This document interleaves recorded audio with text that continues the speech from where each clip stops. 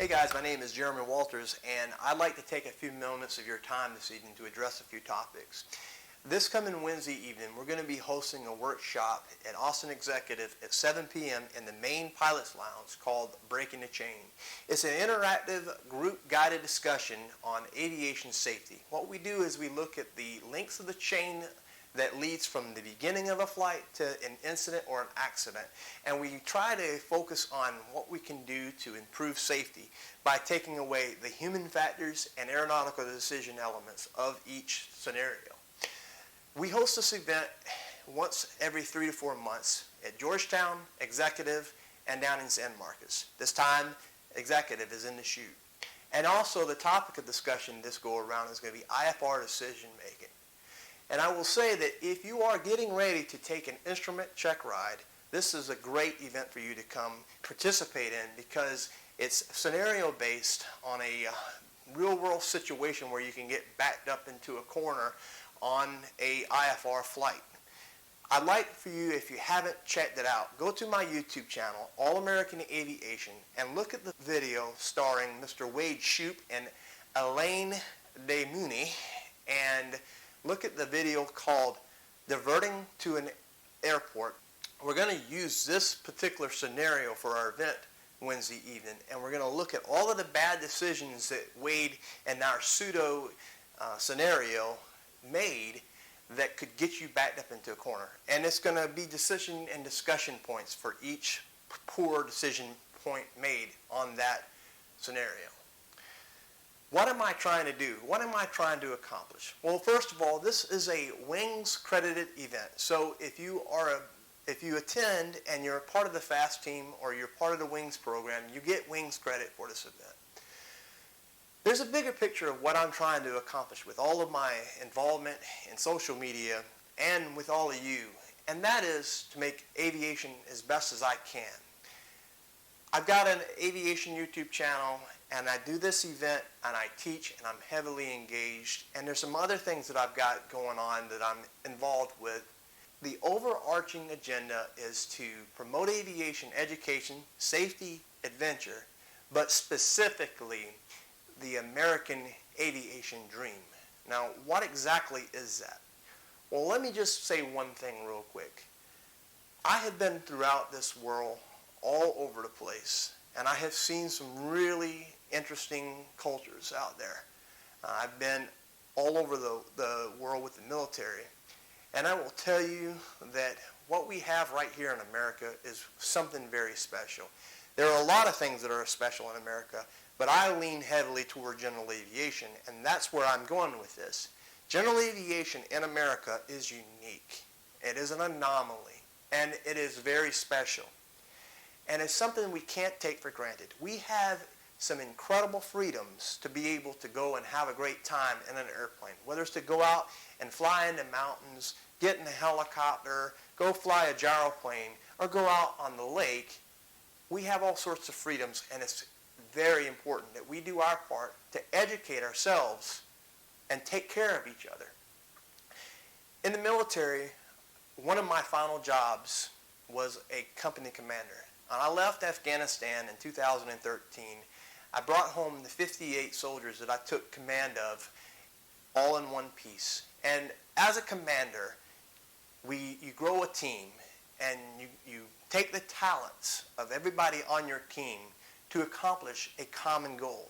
It's a unified front to achieve a mission.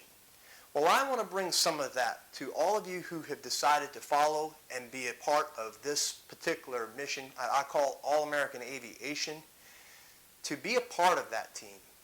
A unified front to promote aviation safety, education, and ultimately pilot fellowship and enjoyment. We have something very special, and we need to hold on to it. And we can do that by improving aviation safety and promoting the adventure. Aviation is very dear to me. I didn't get my opportunity to fly my first aircraft until I was 15 years old. It's the first time I ever set foot in an airplane. It's the first time I ever saw the horizon with my own two eyes. I fell in love with aviation from the very beginning.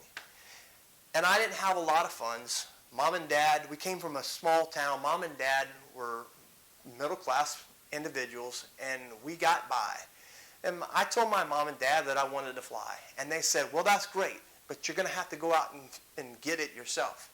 Well, I worked a lot of odds and ends job. But my aviation career truly began with a mop bucket and mop and fueling airplanes. And I can tell you right now, that's one of the best jobs I've ever had in aviation. I started working on airplanes by cleaning them, and I got an opportunity to fly an airplane here and there, and I got a lesson here and there. And suddenly, when I was a little older, I had a gentleman take me under his wing, Mr. Harrell Evans, and introduce me to ultralights. It was cheap. It didn't cost me a lot of money to operate an ultralight, and I jumped on it like you know what. There are many out there who don't pursue their aviation dream or any dream in general because they're not sure how they're going to get there, or they just give up on it. And I want to just tell you that if I can get to where I got today, you can too. Harold Evans took me under his wing when I was 17 years old, and I was working at the Ace Hardware store and pumping gas at the FBO. And he said, come on, son, let me teach you how to fly this two-place Challenger. Back then, there was no such thing as a sport pilot rating. And we had these organizations called the United States Ultralight Association.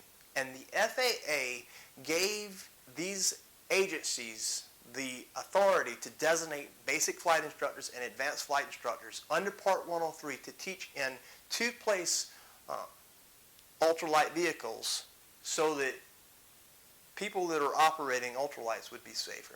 Now, a little bit about Harrell. I was in my teens. Harrell was in his 60s. And back in the 1960s, when he was in his 20s, he was working on his private pilot certificate. And right before he went to go take his private pilot check ride, he had a medical emergency, which ultimately grounded him and a revocation of his medical certificate. So he could not fly. And at that point in time, there was no sport pilot. There were no ultralights. The doctor told him that his flying days were over, and he gave it up. Well, in the 80s, ultralights started coming along, and he got back involved with ultralight flying and was able to at least fly as an ultralight pilot. Then I came around in the 90s, and he was already an instructor flying a two-place Challenger.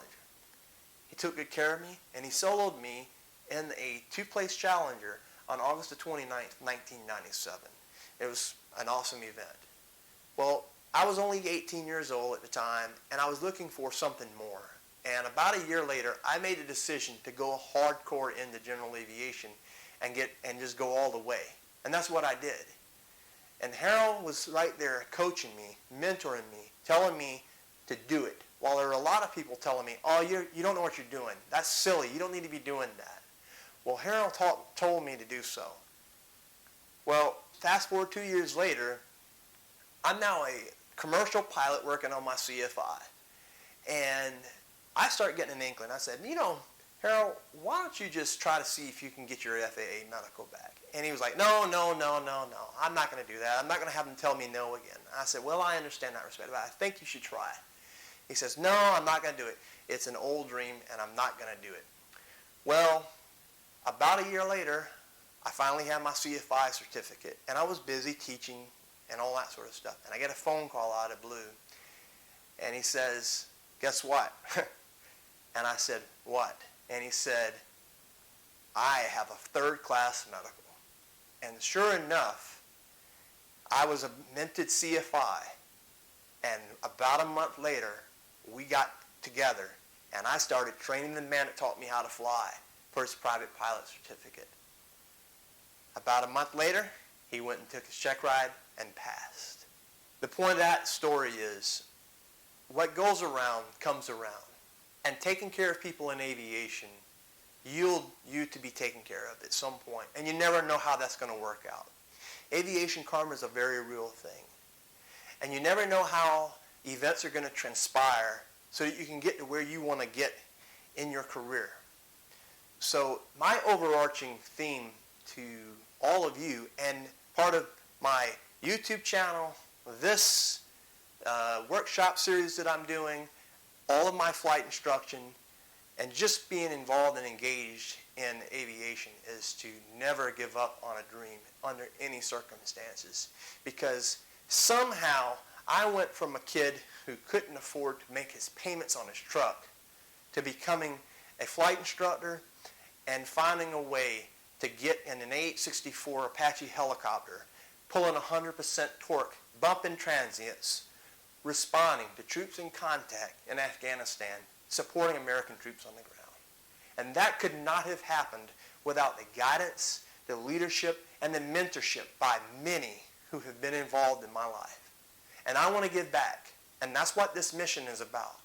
And I would like to invite all of you guys, those of you that are going to attend on Wednesday night, and those of you who follow the YouTube channel, and those of you who follow my frequent posts of aviation safety and adventure, to be a part of the All-American Aviation experience.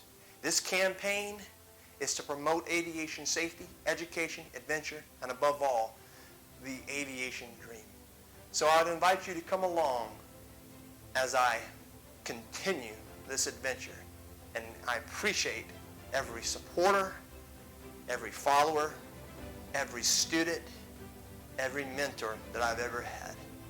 So thank you and have a good night. See you Wednesday evening.